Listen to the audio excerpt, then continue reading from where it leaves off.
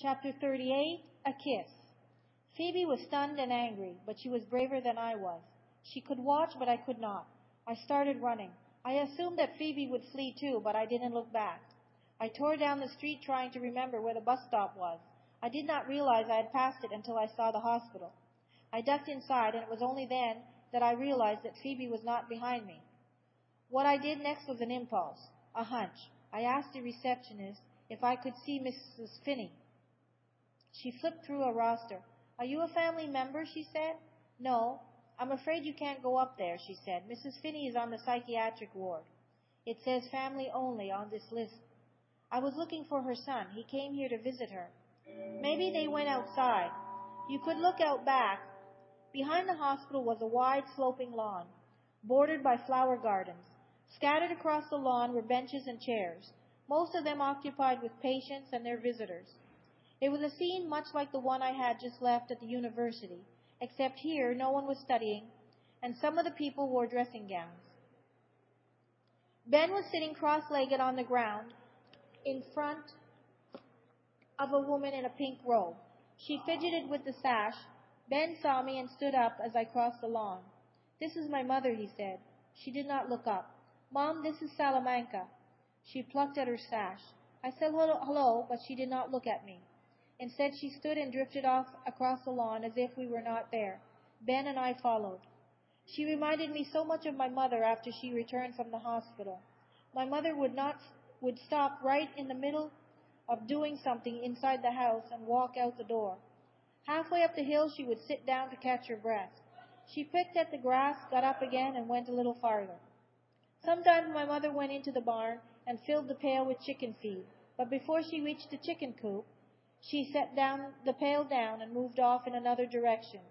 When she could walk farther, my mother rambled over the fields and meadows in a weaving, snaking pattern, as if she could not quite make up her mind which way to turn. We followed Ben's mother back and forth across the lawn, but she never seemed to notice our presence. At last I said I had to go, and that's when it happened. For one quick moment, we both had the same agenda. I looked at him, and he looked at me.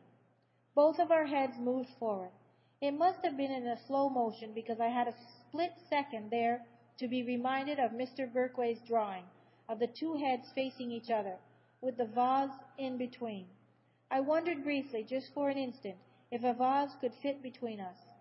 If there had been a vase, we would have squashed it because our heads moved completely together and our lips landed in the right place, which was on the other person's lips. It was a real kiss, and it did not taste like chicken. And then our heads moved slowly backward, and we stared out across the lawn, and I felt like the newly born horse who knows nothing but feels everything. Ben touched his lips. "Did it taste a little like blackberries to you?" he said. Chapter 39, Spit. At this point in my story, Graham interrupted. "Oh, yes, she said. "I've been waiting for that kiss for days. I do like a story with some good kisses in it." "She's such a gooseberry," Graham said. We were turning through Montana. I didn't dare check our progress on the map. I didn't want to discover that we couldn't make it in time. I thought that if I kept talking and praying underneath, and if we kept moving along those mountainous roads, we had a chance. Graham said, "But what about Phoebe? What about her mother kissing the lunatic?" I didn't like that kiss very much. It was the other one I liked, the one with Ben. When I left the hospital, I debated retracing my steps and returning to the university in search of Phoebe. I decided to find the bus stop first and then see if I was feeling brave enough to go on. But when I did reach the bus stop, there was Phoebe sitting on the bench. "Well," I said, "what happened? Where were you?" I did not tell her about seeing Ben or his mother. I wanted to, but I couldn't. "I was afraid, Phoebe. I couldn't stay there." "And I thought you were the brave one," she said. "Oh, well, it doesn't matter. Nothing matters. I'm sick of it." "What happened?" "Nothing.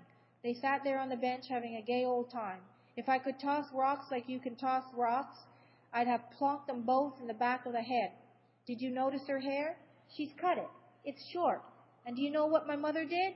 In the middle of the talk, she leaned over and spit on the grass. Spit. It was disgusting. And the lunatic, do you know what He did when she spit? He laughed. Then he leaned over and he spit. Why would they do that? Who knows? I'm sick of it. My mother can stay there for all I care. She doesn't need me. She doesn't need any of us. Phoebe was like that all the way home on the bus. She was in an extensively black mood. I did not tell her about Ben. We got back to Phoebe's house just as her father pulled in the driveway. Prudence rushed out of the house saying, "She called, she called, she called." Who called? Mr. Winterbottom said. Prudence was beside herself. Mom, of course, just 10 minutes ago. She's coming home. Terrific, Phoebe muttered. What was that, Phoebe? Her father said. Nothing. She's coming tomorrow, Prudence said. But, what's wrong? Her father said. What else did she say?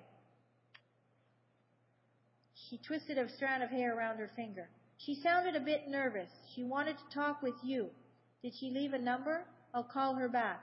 No, she didn't leave any number. She said to tell you not to make any prejudgments. What is that supposed to mean? Her father said. Not make any prejudgments about what? I don't honestly know, Prudence said. Mum said, tell your father not to make any prejudgments. We will have to talk when I get home. And oh, most important, she said that she was bringing someone with her. Oh, that's just grand, Phoebe said. Just grand. Phoebe, her father said. Prudence, did she say who she is bringing? I honestly could not say. Prudence, are you exactly sure that that is all she said? Did she refer to this person at all? Did she mention a name? He was getting agitated. Why, no, Prudence said. She didn't mention a name.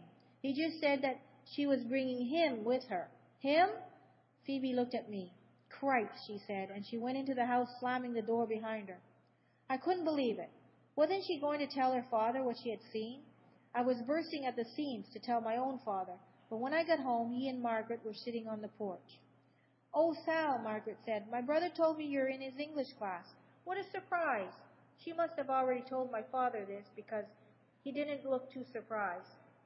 He's a terrific teacher. Do you like him? I suppose. I didn't want to talk about it. I wanted Margaret to vanish. I had to wait until she went home to tell my father about Phoebe's mother. And when I did tell him, all he said was, so Mrs. Winterbottom is coming home. That's good. Then he went over to the window and stared out of it for the longest time. And I knew he was thinking about my mother. All that night I thought about Phoebe and Prudence and Mr. Winterbottom. It seemed like their whole world was going to fall apart the next day when Mrs. Winterbottom walked in all cuddly with the lunatic.